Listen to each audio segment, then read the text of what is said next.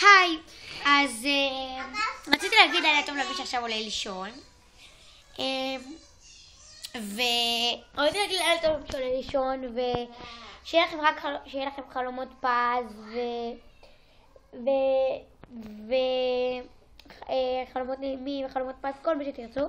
ורציתי להראות לכם שגם אם אתם רוצים שהאחים הקטנים שלכם עולים לישון ואתם רוצים להרדים אותם, יש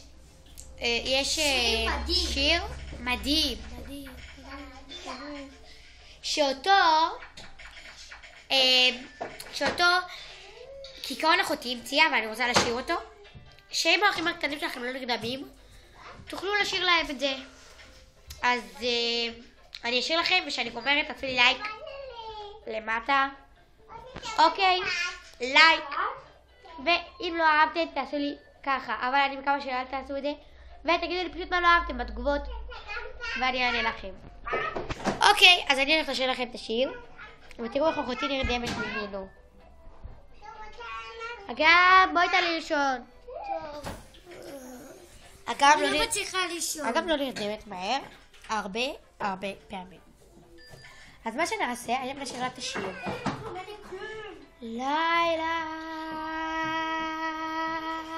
טוב, לילה טוב יפה שלי, אני עוד מעט מגיע לחבק אותך, לחבק אותך, לחבק אותך. לילה טוב יפה שלי, אני עוד מעט מגיע לחבק אותך, לחבק אותך, לחבק אותך.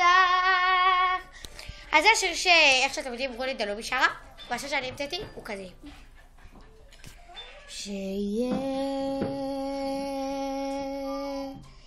לך חלומות קסומים